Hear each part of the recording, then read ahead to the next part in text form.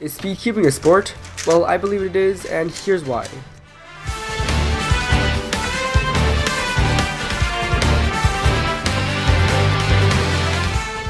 So the definition of a sport is an activity involving physical exertion and skill in which an individual or team competes against others for entertainment. So speedcubing is definitely a skill, so check. It's also an activity that involves an individual competing against other individuals. Now, cubing competitions don't take place simply to entertain the watcher, but the same applies for a swimming meet or a track meet or a basketball game, or basically any other sports competitions. It's mostly just an athlete wanting to improve their times or win a game. So in my opinion, cubing competitions take place for a very similar reason as other sports. Now here's what causes some debate. Physical exertion. People say that cubing does not involve physical exertion like other sports, but I disagree. So cubing doesn't tire your body, but it definitely does tire your hands. This is why after a straight average of 100, your times start getting slower. It's not because your look ahead is failing or your scrambles are suddenly getting more difficult. It's because your hands are getting tired and thus they can't move as quickly and are generally more sloppy, causing catches, and this is physical exertion. Also, in most sports involving physical exertion, you need to warm up before you really start. For example, before every single PE class, you need to do warm-up exercises. This is simply to get the blood flowing. For speedcubing, you also need to warm up your hands to get the blood flowing so that your hands can move faster. And if you still don't think cubing involves physical exertion, grab a cube right now and just keep repeating a T-perm. After a minute, your hands should be pretty tired.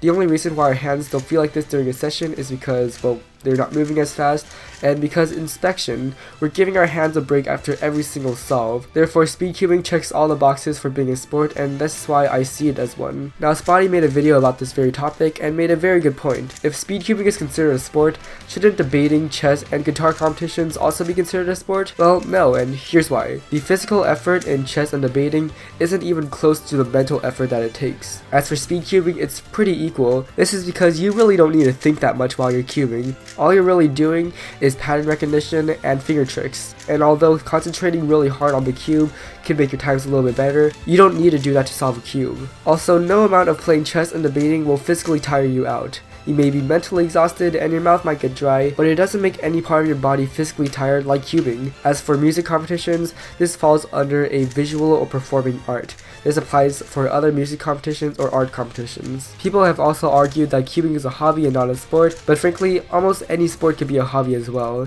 For example, I play badminton as a hobby, and I enjoy just playing outside with my family every now and then, but I would never do it in a competition. But I am a competitive swimmer, and I consider swimming to be my main sport, but I see very well how other people could consider swimming as a hobby. So that's my take on whether speedcubing is a sport. Obviously, I think it is.